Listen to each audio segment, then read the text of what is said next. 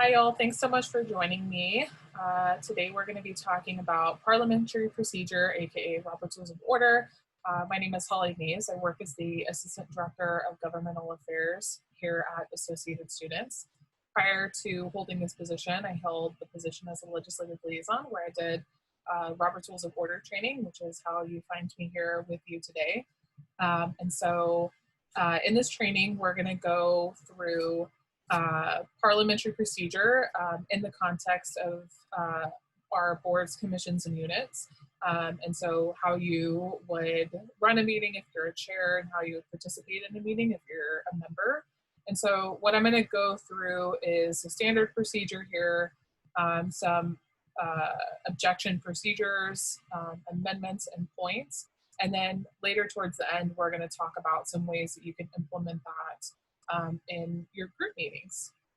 So like I said, we're gonna just start here with the standard procedure, which is open floor. So whenever the meeting starts, you as the chair or as a member, your chair is going to call the meeting to order. Typically the chair is then going to call attendance, or if your minute taker already knows everybody, if you're in a smaller group, then maybe attendance won't be taken, but you're going to start off in your agenda with the open floor, right? So if you are talking about a funding request, if you're talking about a project that you're working on, an event that you're wanting to host, virtually now, of course, everything's going to start with the open floor. So your chair will say the floor is now open, and then you're going to move to a motion. And so that's going to look like I motion to pass this funding request. I motion to allocate this funding. I motion to appoint this person as our treasurer, for example. That is what a motion would look like. And then for every motion, there needs to be a second. So the chair will ask for every person that motions, is there a second? And so the second is someone who wants to hear more of the issue at hand. They don't necessarily have to agree with the motion.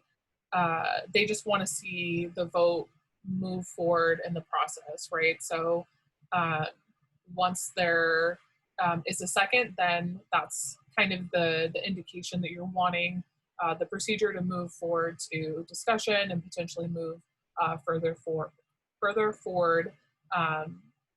in taking a vote. And then you're going to be in discussion on the motion. And so this is where you would discuss potentially the merits of a motion. I found in a lot of committee meetings that I've either sat in on or for committees that I advise, there's not often a ton of discussion that happens in this section, because typically the discussion, at least for my groups, happens in the beginning. They're talking about, purchasing like swag or like an event that they were putting on. And so they're talking about the details beforehand. But in the standard procedure, there is this section where there is discussion on the motion, and your chair will say, we're now in discussion. And then next is going to be the call to question, or I call the question. And that is the person who is making that statement. They're indicating to the committee, to the chair, et cetera, that they're wanting the question of the motion to be called. So, it's motioning to approve the funding. They're saying, I want to take a vote. So calling to question is that indicator of a vote being taken. This ends discussion on the motion, and it ends discussion on the amendment. So that kind of wraps up the conversation, if you will, about anything that had been previously discussed about the motion. And this, according to Robert's Rules of Order, it brings the motion to consideration of consent, which is, as the slide indicates, could be your vote, so consent or object, and then the motion passes. Actually, go back to this bigger circle here.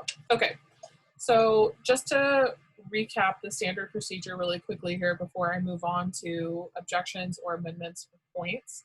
I want to recap this process really quickly. So your chair will say the floor is now open, which is the open floor discussion. A member will make a motion. As a quick side note and reminder, chairs don't make motions that would be made by a member.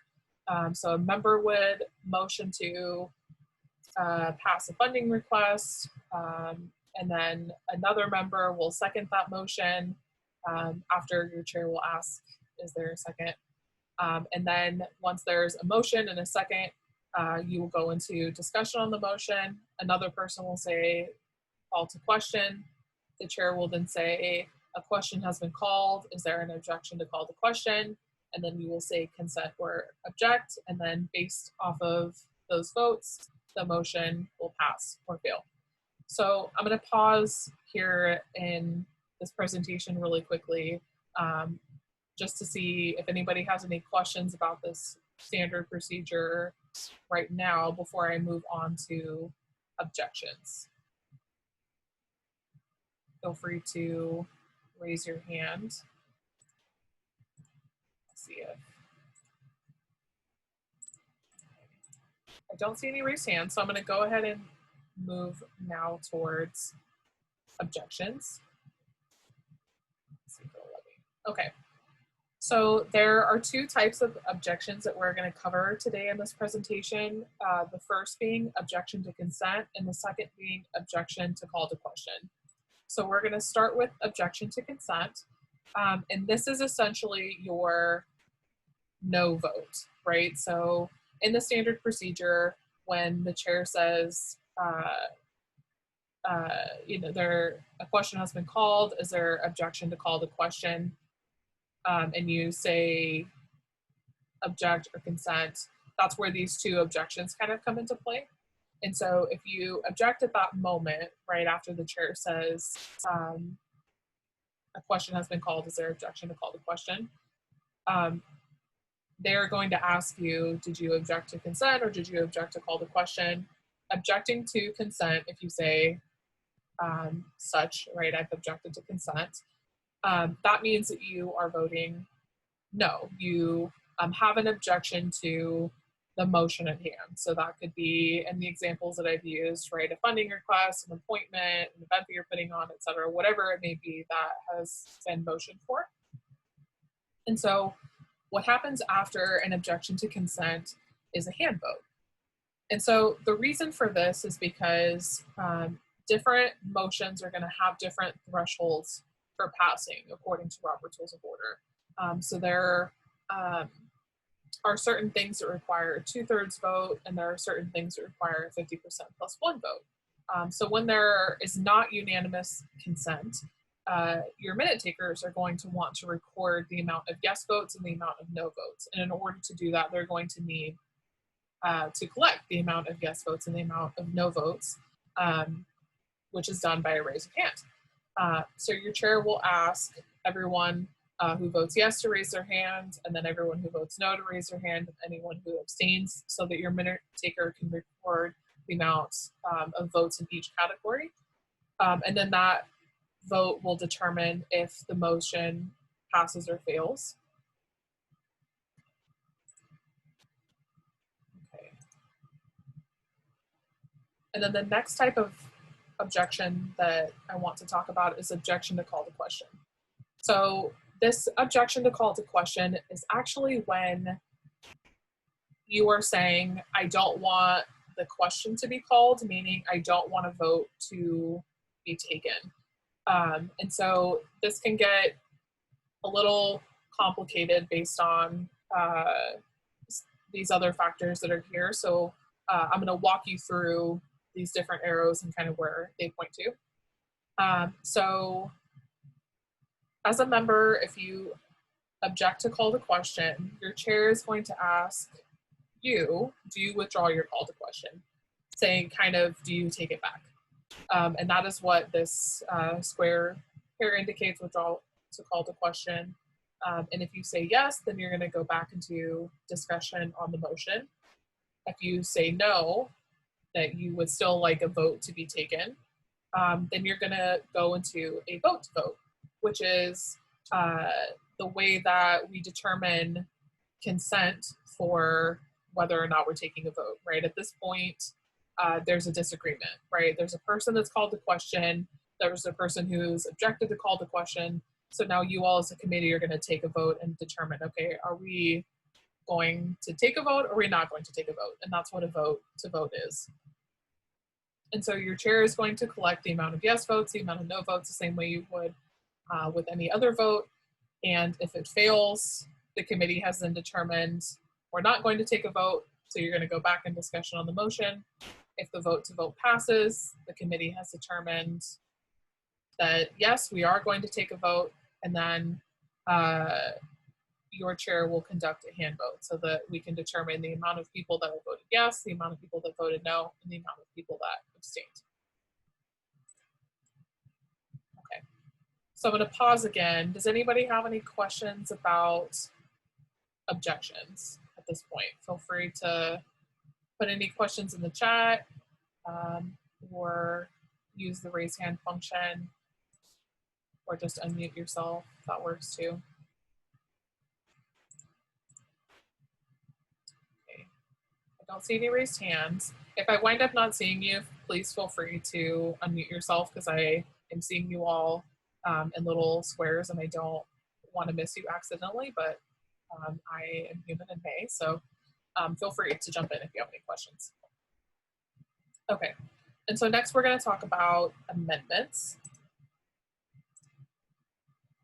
Okay, so amendments can also get a little bit complicated, but it's okay. We're going to walk through this flow chart also.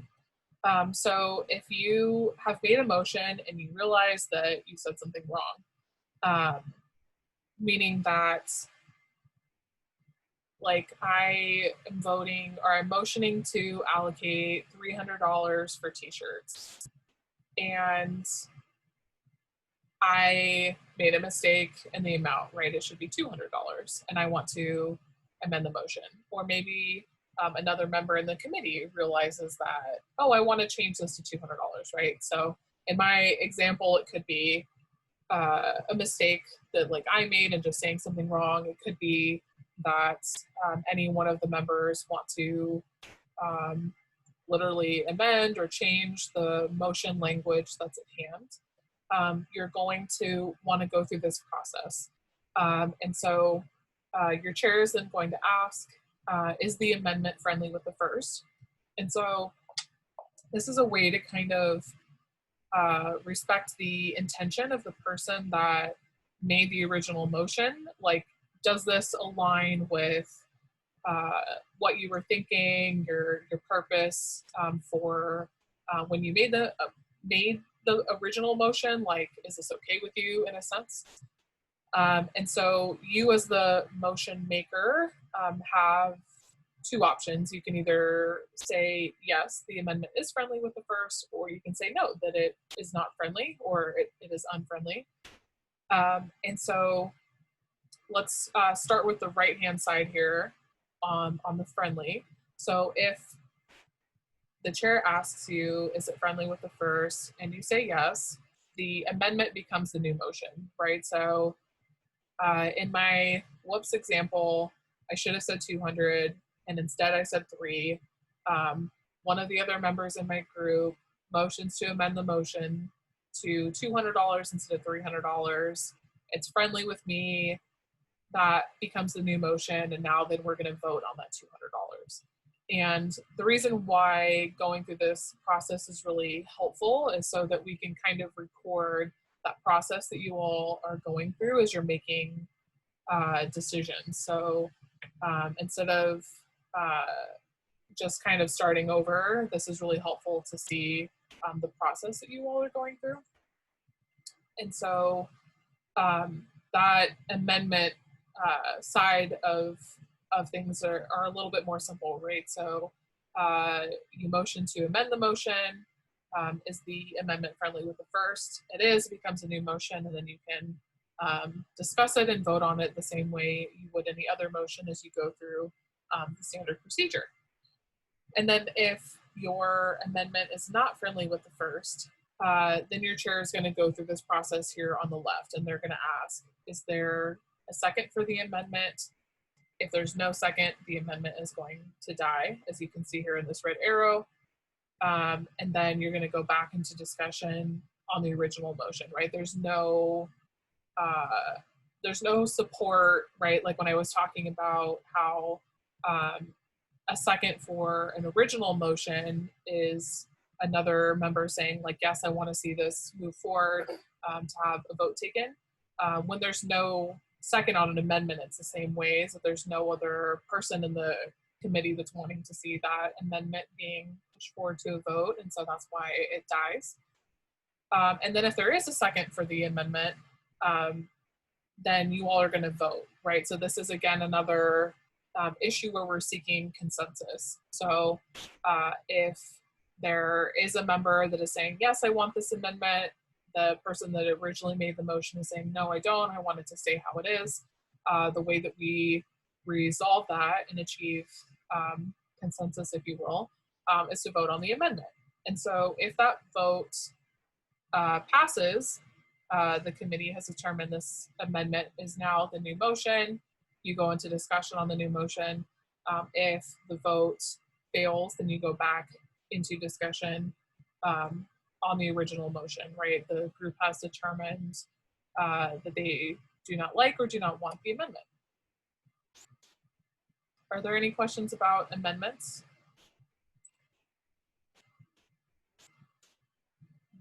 Not seeing any hands, so I'm going to keep going to points. Sorry about that. Prezi jumps all over the place sometimes. Okay, so the next points that I want to talk about are point of information, point of order, point of parliamentary procedure, and point of personal privilege. So a point of information is used for questions about the discussion at hand. So it's wanting to know more information about like an event, right? Or if in my example of funding $300 for t-shirts, right, you could say point of information, who is the vendor for these t-shirts, if you are wanting to know that, if it wasn't brought up in the initial discussion. That's just an example. A point of order is used to notify the chair of a violation of the legal code or of parliamentary procedure. So if there was no second on a motion, if there weren't enough yes votes for it to pass, you could use a point of order and let your chair know, hey, there weren't enough yes votes for this to pass, can we revisit it? That would be an example. Point of parliamentary procedure is used to clarify parliamentary procedure. So if you're wanting to know what is a vote to vote, or where are we at on this motion, like we're in the middle of an amendment and I'm lost, can you help me out? That would be a point of parliamentary procedure. And then a point of personal privilege is used to notify the chair that you are uncomfortable during the meeting. Robert's Rules of Order identifies things like temperature, language, fact correcting another speaker's statement. So if you all have like speaking agreements or a mission statement, or even, you know, when we were in person, this temperature issue, like for example in Senate, comes up a lot because the flying meeting room is really warm. And so maybe where you host your meetings, there could have also been a moment where like you were sitting in the sun, or the office that you run was really warm and you wanted to step out for just a second to open the door. Those are the kinds of things that you would use a point of personal privilege for. Does anybody have any questions about points or about parliamentary procedure in general as it relates to this presentation?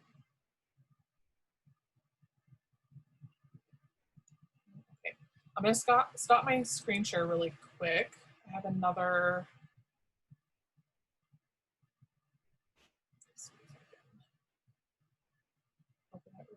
quickly. Okay. I have this quick guide that I'll share with you all that have attended this session.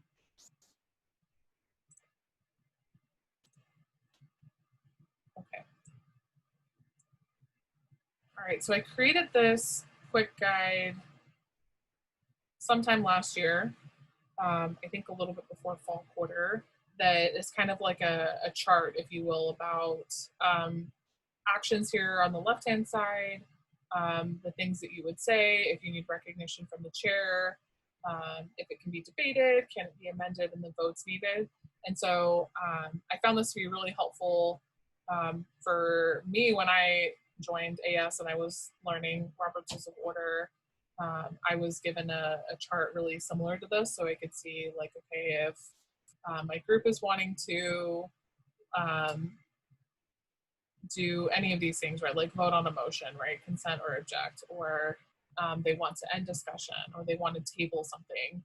This was really helpful for me to see, like, okay, I can go down this column here on the left-hand side and see what it is that I was wanting to do, or my students were wanting to do, what we were supposed to say, and like the votes that were needed and all of that. So I can share this with all of you that are attending the session if you would find that to be helpful.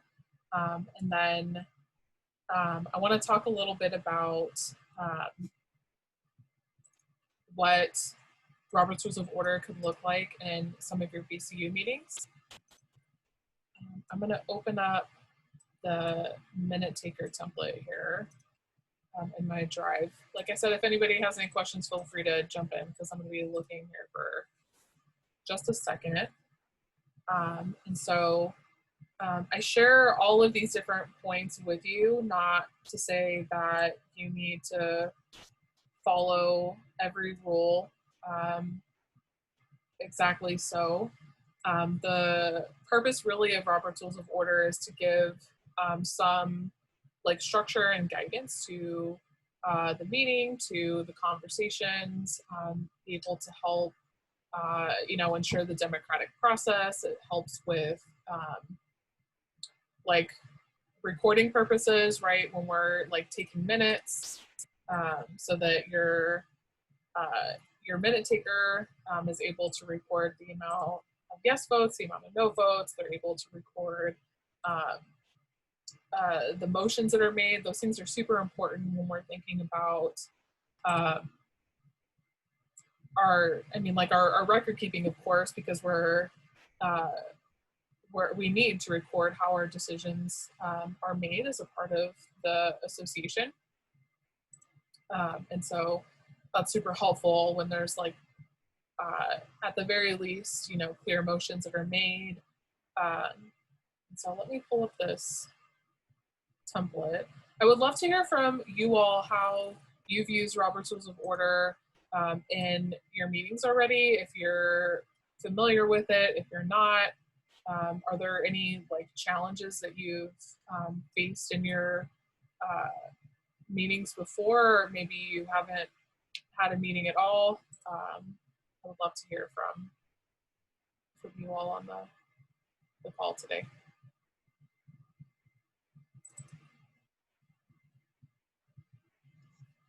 Tyler? Hey, Holly. So, Hi. how are you? I'm great. How are you? I'm good. So, I currently chair the Ivy Arts Board, and for us, we've had a couple Zoom meetings, and what I do is, in order to recognize someone, since we're not in one room, I ask them to do the raise hand feature here on Zoom, and then call on them, and then they make the motion, and then I ask for a second, and someone else raises their hand, gets recognized, and then the minute taker has the minute taking template open on her screen. Yes, that one. Perfect. Yeah, I know that's great advice too, because we of course have faced challenges in this remote world that we have found ourselves in, and so that's a great tip to be able to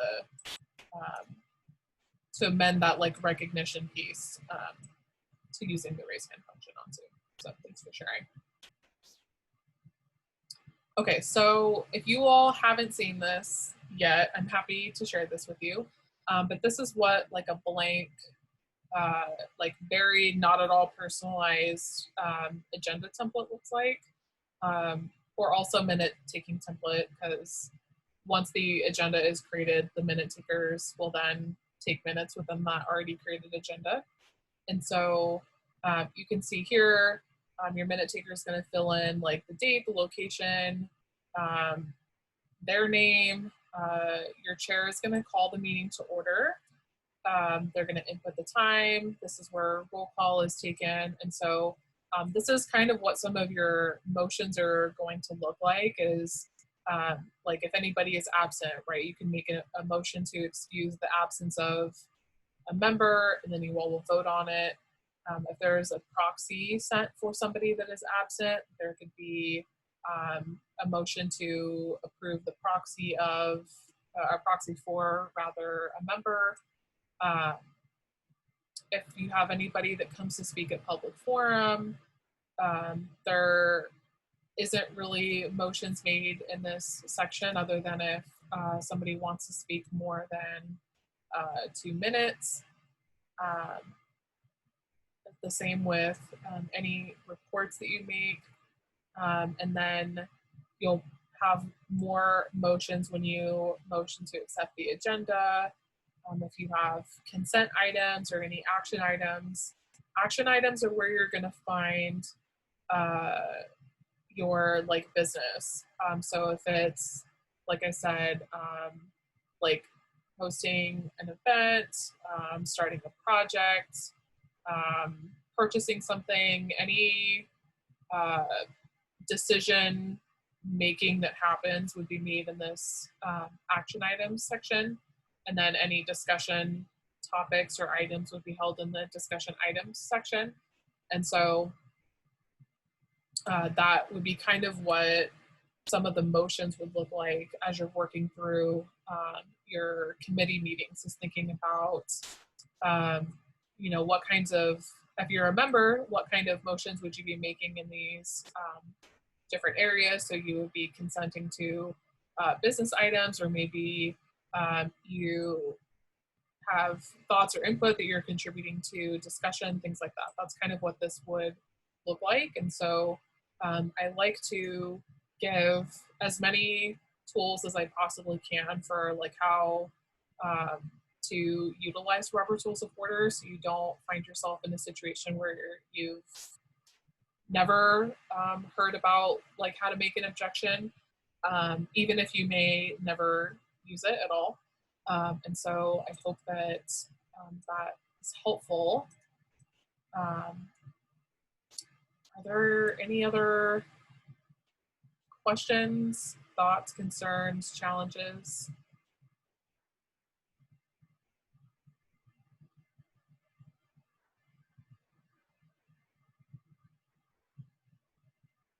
Okay, I'm going to go ahead and stop the recording here in just a second then. Thank you all so much for your time. Thank you for joining. I hope that you all are having a great summer and have a great start to your fall quarter. And I hope to connect with you all later in some future sessions that you may be attending.